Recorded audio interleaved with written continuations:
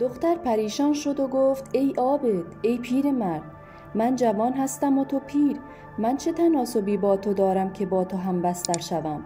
و خواست فرار کند که عابد: دوستان عزیز سلام، امروزم اومدم با یک داستان دیگه. در روزگاران قدیم عابدی بود، پرهیزکار و درستکار، به دلیل اینکه تحمل آن همه ظلم و ستمی که به مردم میشد را نداشت، از شهر کناره گرفته بود و در دل کوه زندگی میکرد و بیشتر موقعها در حال دعا و راز و نیاز با خدا بود. پیرمرد از آب چشمه کنار غار استفاده میکرد و برای روغن چراغ خیش هر چند ماه یک بار به شهر میرفت. پیرمرد با فراهم کردن گندم نان میپخت و از سبزیجاتی که کنار چشمه میرویید با اندک خوراکی قناعت میکرد. مردمانی که او را میشناختند او را مردی با خدا و با ایمان میدانستند. و اما بشنوید از پادشاهی که حاکم شهر بود و روز و روزگار میگذراند و از شکوه و شوکتش هرچه بگوییم کم گفتیم. پادشاه چندین پسر و دختر داشت. از میان فرزندان او یکی از دخترانش در زیبایی و کردار بیمانند بود، اما از بد روزگار دختر پادشاه به آبله گرفتار شد و بعد از مدتی هر دو چشمش را از دست داد. پادشاه حکیمان و طبیبان بسیاری را به بالینش آورد، اما همه از معالجه چشمان دختر ناتوان بودند. دختر پادشاه به سن 20 سالگی رسیده بود و همچنان نابینا بود.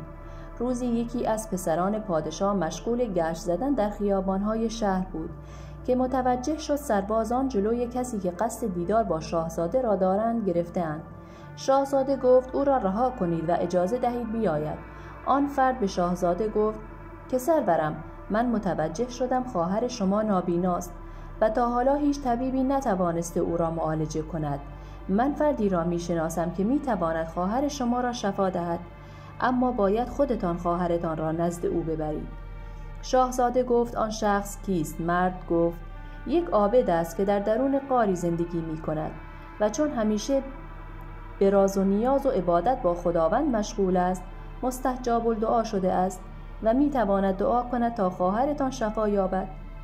پسر هم نزد پادشاه رفت و ماجرا را برای او تعریف کرد، اما پادشاه گفت هر کس که هست صلاح نیست دخترم را در روز روشن و در میان چشم مردمان به کوهستان و پیش عابد ببرم. برادران دختر پافشاری کردند و بالاخره پادشاه رضایت داد دختر را شبانه از قصر خارج کنند. شب هنگام برادران خواهر خود را برداشتند و شتابان به سوی کوهستان شتافتند. وقتی به غار رسیدند مرد عابد در حال نماز بود. بعد از اینکه عبادتش تمام شد یکی از برادران نزد او شد و ماجرا را برایش گفت. عابد نگاهی به دختر انداخت و دلش به حالش سوخت.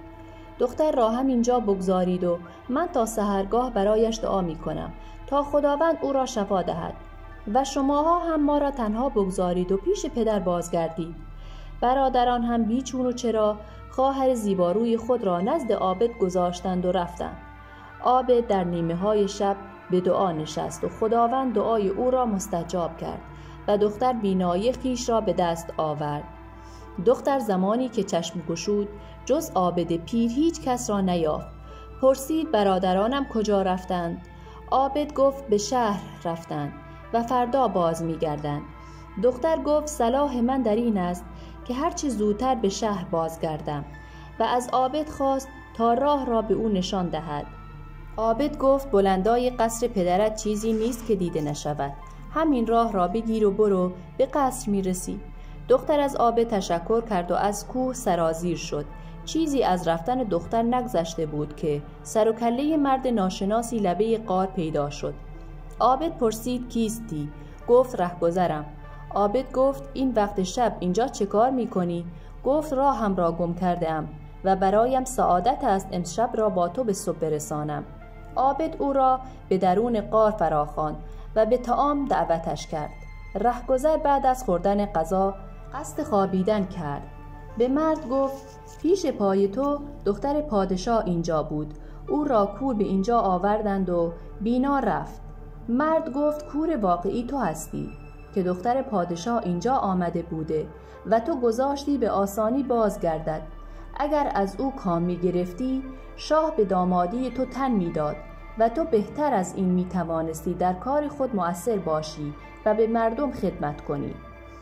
عابد پیر که کمتر با مردم نشست و برخاست کرده بود دچار وسوسه شد. پس از غار بیرون آمد و به دنبال دختر رفت. دختر هنوز از آنجا فاصله زیادی نگرفته بود و مرد پیر عابد به او رسید و گفت آمده‌ام تا تو را از رفتن بازگردانم، چرا که راه تاریک است و شب خطرناک. دختر گفت شب و روز چه فرقی می کند؟ بگذار بروم. عابد گفت به رضای من رضایت بده، بیناییت را من به تو بازگرداندم. دختر این را که شنید به حرف عابد گوش کرد و همراه او راهی غار شد. در راه پیرمرد عابد نفسش به او غلبه شد و وجودش را آتشی ناشناخته فرا گرفته بود. وقتی به غار رسید مرد ناشناس نبود. عابد که دچار وسوسه شده بود و بسیار بیتاب شده بود دست دختر را گرفت و گفت بیا با هم همچون زن و شوهر باشیم، یک همچین شبی که 1000 شب نیست. دوستان اگه تا اینجای داستان رو دوست داشتید لطفاً ما رو سابسکرایب کنید و ویدیو رو لایک. بریم برای ادامه داستان. دختر پریشان شد و گفت ای عابد، ای پیر مرد، من جوان هستم و تو پیر، من چه تناسبی با تو دارم که زنت شوم؟ و خواست فرار کند که عابد او را به زور گرفت و از او کام گرفت. سپیده سر نزده بود که عابد دچار ترس و پریشانی شد. دختر در گوشه افتاد و مینالید و عابد در فکر چاره ای بود که در برابر پادشاه چه کنم. ناگهان مردی که عابد را به زنای با دختر واداشته بود در دهانه غار ظاهر شد. عابد گفت دیشب کجا بودی؟ گفت زمانی که به غار آمدم شترم را گم کرده بودم. وقتی تو به دنبال دختر رفتی گفتم بهتر است من هم در پی شترم بروم، شاید او را بیابم. عابد گفت چه خوب شد که آمدی، چرا که نمیدانم در برابر برادران دختر و مجازات پادشاه چه کنم. ناشناس گفت ترس به دلت راه نده، به تو میگویم چه کار کنی.